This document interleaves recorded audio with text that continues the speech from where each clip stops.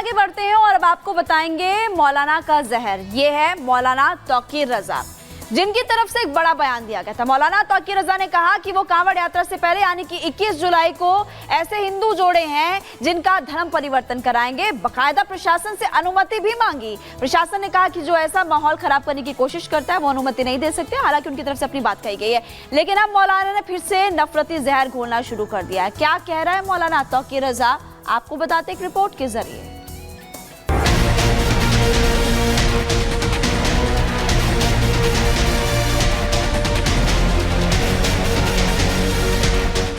2010 बरेली दंगे का मास्टरमाइंड इत्तेहाद मिल्लत काउंसिल का अध्यक्ष मौलाना तौकीर रजा सुधरने का नाम नहीं ले रहा है।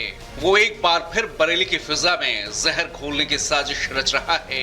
उसने एक बार फिर समाज में अशांति फैलाने वाले बयान देकर ऐलान किया है कि वो 21 जुलाई को तय कार्यक्रम के मुताबिक हिंदू जोड़ों का धर्म परिवर्तन कराकर उनका सामूहिक निकाह करवाएगा।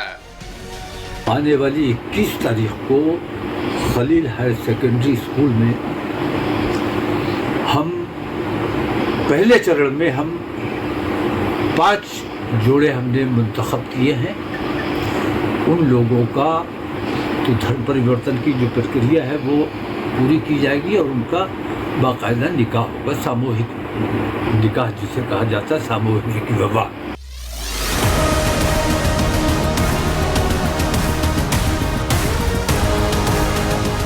आपको बता दें कि बीते रोज ही तौकीर रजा की संस्था इत्तेहाद मिल्लत काउंसिल की तरफ से कहा गया था कि बरेली जिला प्रशासन से कार्यक्रम की अनुमति नहीं मिलने के कारण 21 जुलाई को पहले से तय कार्यक्रम को रद्द करने का फैसला किया गया है। इत्तेहाद मिल्लत काउंसिल ने इस बारे में बाकायदा काउंसिल के लेटर हेड पर इससे जुड़ी जानकारी मीडिया के साथ भी साझा की थी।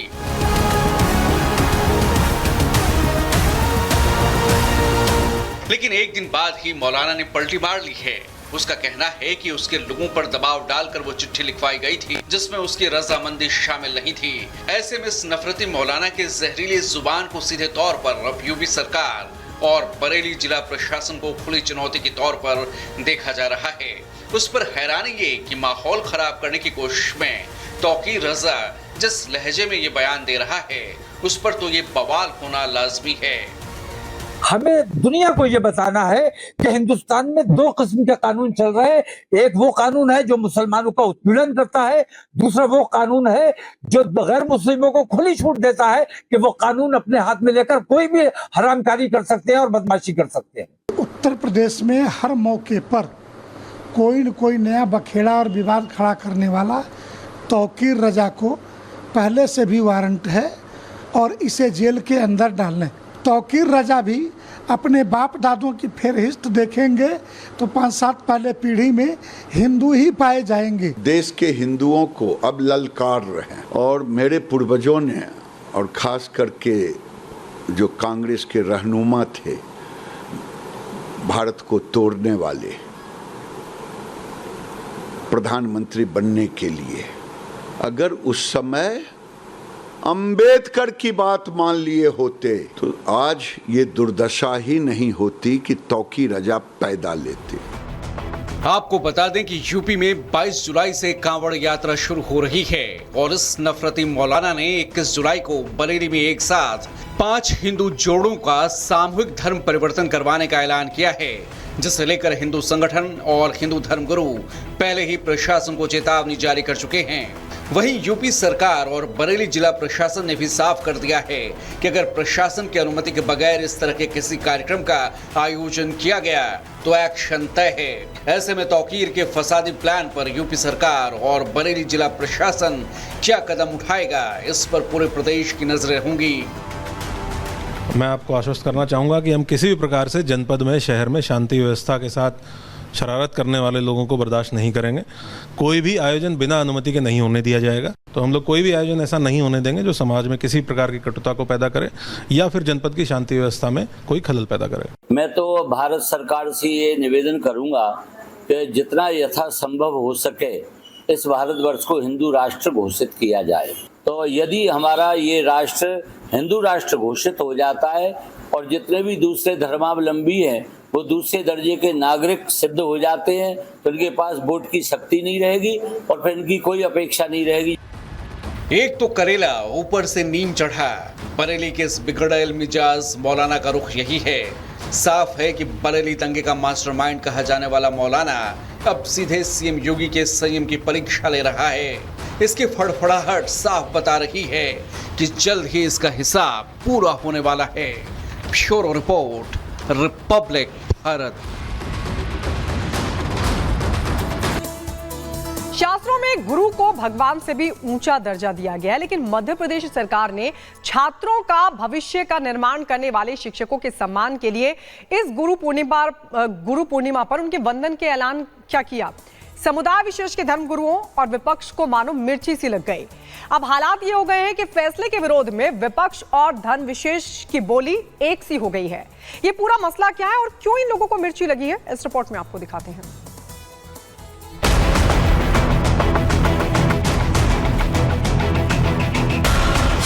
हिजाब और सूर्य नमस्कार के बाद अब मध्य प्रदेश के स्कूलों में गुरु पूर्णिमा को लेकर सियासत तेज हो गई है। मध्य प्रदेश सरकार ने गुरु पूर्णिमा के मौके पर राज्य के स्कूलों में शिक्षकों के वंदन का आदेश क्या पारित किया। मुस्लिम धर्म गुरुओं से लेकर विपक्ष तक सभी ने राज्य सरकार के इस फैसले का विरोध करना शुरू कर दिया। मुस्लिम जहां राज्य सरकार के इस फैसले को इस्लाम विरोधी बता रहे हैं, तो वहीं कांग्रेस नेता इस फैसले को बीजेपी का राजनीतिक स्टंट करार दे रहे हैं। हैरानी यह है कि शिक्षकों के प्रति आदर भाव रखने की परंपरा देश में सदियों से चली आ रही है। हर धर्म में गुरुओं के प्रति छात्रों को आदर भाव रखने के संस्कार दिए जाते रहे हैं, लेकिन मुस्लिम पक्ष सीधे तौर पर इस मुद्दे को विवादों में घसीट रहा है। मुस्लिम पक्ष का कहना है कि गुरु पूर्णिमा पर सरस्वती वंदन करने से उनकी धार्मिक मान्यताओं को चोट पहुंचेगी।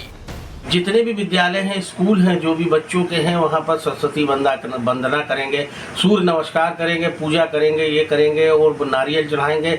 भाई इस तरह के लिए करने के लिए पूरे मध्य प्रदेश में ढेरों मंदिरें हैं, घर घर मंदिरें हैं, आप वहाँ पर कराइए ना। स्कूल कॉलेज सब चीज़ें शिक्षा के मंदिर हैं। यहाँ पर तो ऑटोमेटिक गुरु भगवान के रूप में है। यहाँ तो रोज डेली लोग अपनी शिक्षा ग्रहण करने जाते हैं और इस तरह का जो मामला मध्य प्रदेश की सरकार ड्रेस कोड के आड़ में जो करना चाह रही है, मध्य प्रदेश को शिक्षा का भगवाकरण करना चाहती है। बेवजह इस मुद्दे को विवादास्पद करार देने की जल्दी सिर्फ मुस्लिम पक्ष में ही नहीं है। हैरानी ये है कि इस मुद्दे पर मुस्लिम पक्ष और विपक्ष दोनों के सुर एक जैसे हैं। कांग्रेस जहां बीजेपी के स्कूलों के लिए जारी किए गए इस दिशा निर्देश को वोटों के ध्रुवीकरण से जोड़ रही है, तो वहीं बीजेपी का आरोप है कि कांग्रेस जानबूझकर इस मुद्दे पर तुष्टीकरण की सियासत को हवा दे रही है। हिंदू स्कूल में अगर कोई प्रावधान आता है या सरकार कोई प्रावधान लाती है तो उसका हमें पालन नहीं करना। आपको शरीयत का कानून लागू करना है, आपको अपने हिसाब से कानून लागू करना है। अगर इतना ही है तो आप हिंदू स्कूलों में ना पढ़ाकर या सरकार के स्कूलों में ना पढ़ाकर सिर्फ मदरसों में अपने बच्चों को पढ़ाई कराइए, जिससे कि आपको सिर्फ मुस्लिम तामील मिलेगी। आपको बता दें कि इस बार मध्य प्रदेश सरकार के उच्च शिक्षा विभाग ने राज्य के तमाम स्कूल कॉलेजों में 20 और 21 जुलाई को 2 दिवसीय गुरु पूर्णिमा उत्सव आयोजित करने का आदेश जारी किया है। इस आदेश के मुताबिक 20 जुलाई को स्कूल कॉलेजों में प्रार्थना सभा होगी, गुरु शिष्य संस्कृति पर प्रकाश और निबंध लिखने की प्रतियोगिता होगी। 21 जुलाई को सरस्वती वंदना और गुरु वंदना कार्यक्रम होगा। इसी दौरान गुरुजनों और शिक्षकों का सम्मान भी किया जाएगा। ये पहली बार है जब मध्य प्रदेश सरकार ने बच्चों का भविष्य संवारने वाले शिक्षकों के सम्मान में पूरे प्रदेश के स्कूल कॉलेजों में 2 दिवसीय कार्यक्रम का आयोजन किया है। लेकिन अफसोस कि शिक्षकों के सम्मान का ये कार्यक्रम अब राजनीति की भेंट चढ़ता दिख रहा है, जिससे बच्चे और शिक्षक दोनों बेवजह पिसते दिख रहे हैं। Bureau report, Republic Bharat. और खबरों में आगे बढ़ते देखिए बात करते हैं चीन की, क्योंकि बारिश बाढ़ की वजह से एक तरफ जहां देश भर में तबाही मची है, लेकिन विदेशों में भी ऐसी तस्वीरें देखने को मिल रही है और वहां से लैंडस्लाइड की तस्वीरें सामने आई है। तो ये चीन के हुबई प्रांत की तस्वीरें आपको दिखा रहे हैं। जिगुई काउंटी लैंडस्लाइड देखिए, लैंडस्लाइड की तस्वीरें वाकई चौंकाने वाली, हैरान करने वाली, क्योंकि देखते ही देखते महज 29 सेकंड में पहाड़ का एक हिस्सा ढह गया। ये देखिए, पहाड़ का एक हिस्सा महज 29 सेकंड में खिसक गया और पहाड़ पर जो रास्ते बने हैं वो भी ताश के पत्तों की तरह पूरी तरीके से बहते हुए दिखाई दिए। ये हुबई प्रांत की तस्वीर हम आपको दिखा रहे हैं, क्योंकि चीन का ये जो हुबई प्रांत है महिमा, इससे पहले भी यहाँ से लगातार बाढ़ बारिश की जो तस्वीरें, भयानक तस्वीरें निकलकर सामने आ रही है, भारी नुकसान की तस्वीरें निकलकर सामने आ रही हैं। अब ये एक और तस्वीर, देखो, देखिए चीन से तस्वीर इस वक्त आपकी टीवी स्क्रीन पर, और सिर्फ 29 सेकंड और ताश के पत्ते की तरह ये पहाड़ ढह गया। बारिश और बाढ़ से एक तरफ जहां हमारे भारत में तबाही मची, वहीं दूसरी तरफ आपको लगातार बता रहे हैं कि विदेशों में भी आलम कुछ ऐसा ही देखने को मिल रहा है। उधर चीन में एक बड़ा हादसा हो गया। आपको बता दें, जिगोंग के एक शॉपिंग मॉल में भीषण आग लग गई और इसकी चपेट में आकर 16 लोगों की मौत हो गई। देखिए, बताया जा रहा है कि कंस्ट्रक्शन का काम चल रहा था और इसी दौरान चिंगारी से आग भड़क गई। 14 मंजिला शॉपिंग मॉल आग की चपेट में आ गया।